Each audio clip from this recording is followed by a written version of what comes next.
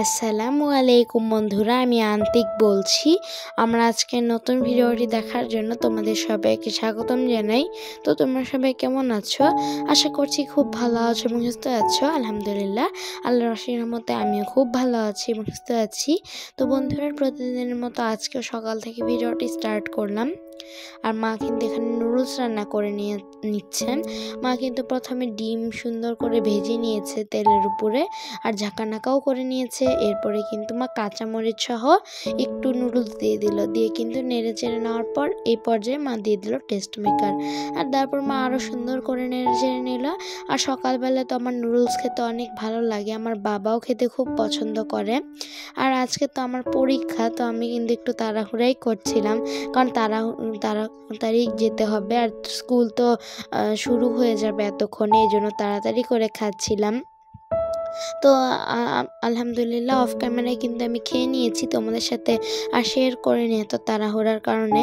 আর জানো তো, আজকে না আমাদের রিক্সায় ফুপিও আমাদের সাথে গিয়েছিল।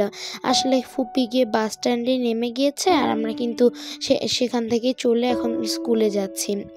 তো যাই হোক, আজকে কিন্তু ফুপি চলে গিয়েছিল, তো আমার তো মনটা একটু খারাপ লাগছিল। রাজশাহীতে চলে গিয়েছে ফুপি। তো কি আর করার, সবাইকে তো সবার কর্মস্থলে চলে যেতে হবে। আর দেখো, এখন কিন্তু আমরাও আমাদের কর্মস্থলে যাচ্ছি পরীক্ষা দিতে। তো বন্ধুরা, মজা করলাম। আর আজকে কিন্তু একদম স্কুলের সামনে আমাদেরকে রিক্সা পৌঁছে দিয়েছে, ব্রিজের এখানে নামায়নি। আর এই তো আমরা কিন্তু এখন পৌঁছে গেছি, আর আমরা কিন্তু দাঁড়িয়ে অপেক্ষা করছিলাম। সব বন্ধুরাও একসাথে গল্প করছিল, বান্ধবীরাও করছিল, আর আমরা দুই ভাই বোন গল্প করছিলাম। তো আজকে কিন্তু একটু তাড়াহুড়া করে এসেছি, খুব তাড়াহুড়া করেছি, কিন্তু এসে দেখি গেটটা বন্ধ। তো অবশেষে কিন্তু গেট খুলেছিল, এরপর আমরা পরীক্ষা দিতে গিয়েছিলাম। দেখো, এতক্ষণ সবাই কি করবে, সবাই জড়ো হয়ে একসাথে গল্প করছে। আর এইদিকে তো আমরা অপেক্ষা করতেই আছি, আর অপেক্ষা করতে করতে আমরাও কিন্তু একটু গল্প করে নিলাম। আর আজকে ফুয়াদ এখনই আসেনি, ফুয়াদ কিন্তু পরে এসেছিল, এই জন্য ফুয়াদের সাথে এখানে দেখা হয়নি। তো যাই হোক, দেখো এখানে কিন্তু তোমরা দেখতেই পাচ্ছ যে এটা আমাদের স্কুলের মাঠ। আর উপরে যে চারতলার রুমটা, চারতলা দেখতে পাচ্ছ না, সেখানেই কিন্তু আমাদের হল রুম আছে, এবং সেখানে আমরা পরীক্ষা দিচ্ছি। এই চারতলায় সবাই মিলে একসাথে পরীক্ষা দেয়, জানো তো, সেখানে আমিও আছি। আর এখানে কিন্তু ক্লাস 5-এরাও পরীক্ষা দেন। আর সেখানে আমি, ফুয়াদ, আমরাও আছি, আর সানিহাও কিন্তু আছে। আর তাজ তো ওই রুমে নেই, তাজ অন্য রুমে। দেখো, তাজ কিন্তু চলে এসেছে, আর তাজের পরীক্ষা নাকি খুব ভালো হয়েছে। তো তাজকে দেখে তোমরা সবাই মাশাআল্লাহ বলবে, সে কিন্তু অনেক কিউট একটা বেবি, তাই না? আর দেখো, এখন কিন্তু আমরা বেরিয়ে যাচ্ছি, আমাদের পরীক্ষা খুব ভালো হয়েছে আলহামদুলিল্লাহ। আর আজকে আসলে নিপা বোম্মা আসেনি, কেননা ফরিদা দাদি একটু অসুস্থ, মানে আমার মেজো দিদা। আর এই তো এখন কিন্তু আমরা চলে যাচ্ছি ব্রিজের উপর দিয়ে। আর তোমরা তো জানোই, সকালবেলা অনেক কুয়াশাও হয়, আবার একটু রোদও থাকে। তবে দুপুর বেলায় না এত গরম শুরু হয়, মানে কি বলবো। আর আসার সময় তো আমি পুরো মুখ ঢেকে আসি, আর যাওয়ার সময় তো ইচ্ছা করে কি সব জামা কাপড় খুলে দিয়ে হেঁটে হেঁটে চলে যাই, মানে এমন অবস্থা হয়, অনেক বেশি গরম থাকে। তো আমাদের আবহাওয়া তো এরকমই। তোমাদের কার কার জায়গায় মানে অদ্ভুত আবহাওয়া জানাতে পারো, আর কীরকম আবহাওয়া সেটা জানাতে পারো। আর আমাদের সাথে দেখা একটা বিজিবির গাড়ি যাচ্ছিল। আর আসলে মা কিন্তু মামাকেও কল দিয়ে বলেছিল ওখানকার, মানে আমার নানি বাসার আবহাওয়া কেমন। শুনেছে নাকি সেখানে বৃষ্টিও হচ্ছে এই শীতের মধ্যে, আর গতকাল নাকি অনেক বৃষ্টি হয়েছে। তো সব জায়গার আবহাওয়া কিন্তু অনেক আলাদা হয়ে গেছে। আর দেখো, এখানে আসার পর কিন্তু দেখলাম একটা সমাবেশ হচ্ছে, এই জন্য কিন্তু আমাদেরকে এখানেই নেমে যেতে হচ্ছে। তো কি আর করার, সবাই বসে আছে, সবাই কি দাঁড়িয়ে দাঁড়িয়ে শুনছে, আমার কেউ বক্তৃতা দিচ্ছে, তো কি আর করার। আর যারা এখন তাড়াহুড়া করে কোনো কাজ করতে যাবে, তাদের সময়টাই না খালি নষ্ট হচ্ছে। তেমনই কিন্তু আমরাও ঝামেলার মধ্যে পড়ে গিয়েছিলাম। আর এরপর কিন্তু আমাদেরকে রিক্সা থেকে নেমে যেতে হয়েছিল। আর রিক্সাওয়ালাও বলছিল, আপা এখানে বেশিক্ষণ তো আপনারা বসে থাকবেন, এর চেয়ে ভালো আপনারা নেমে হেঁটে হেঁটে চলে যান। তো আমরা কিন্তু তাই করলাম।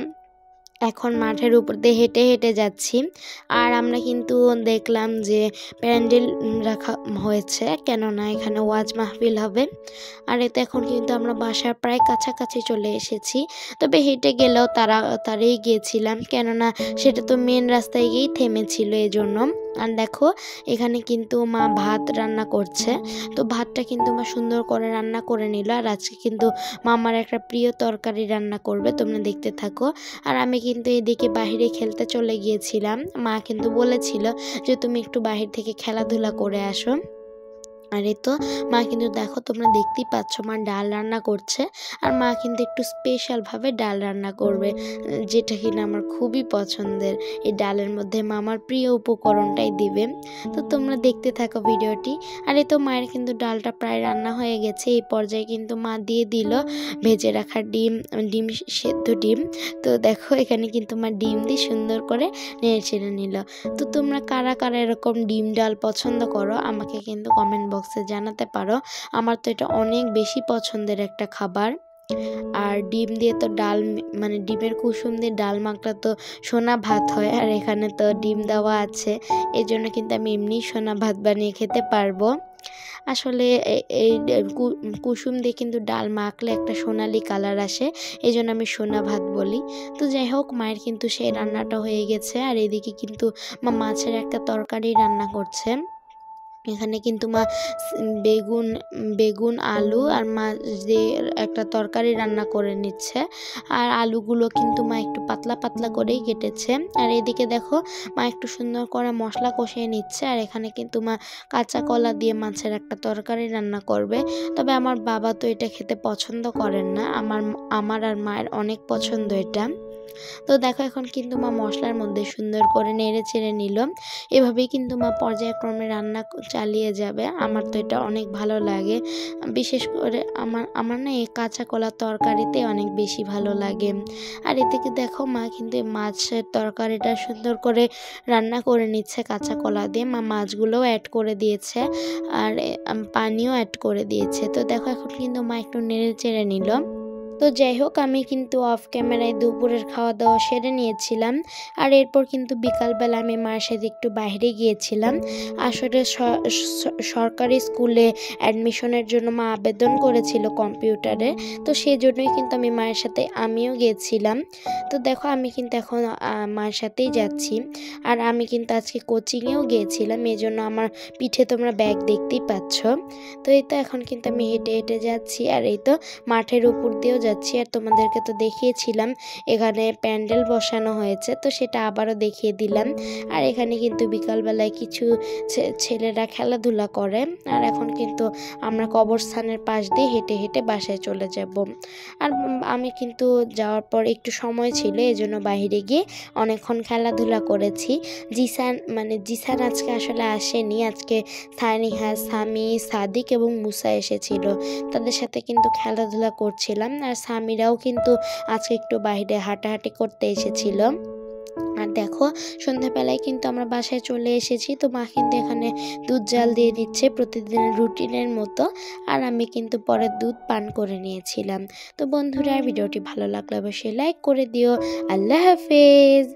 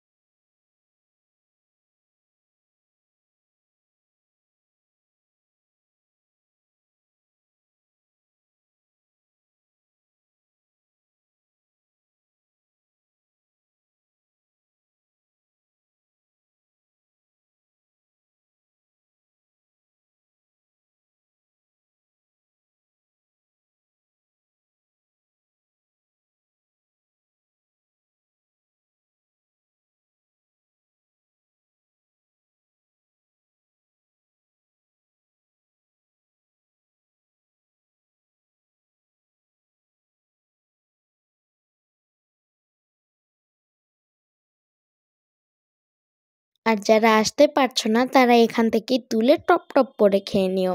তো বন্ধুরা, ভিডিওটি ভালো লাগলে অবশ্যই লাইক করে দিও এবং আমার চ্যানেলে নতুন ভিজিট করে থাকলে অবশ্যই সাবস্ক্রাইব করে পাশের বেল আইকনটি প্রেস করে দিও।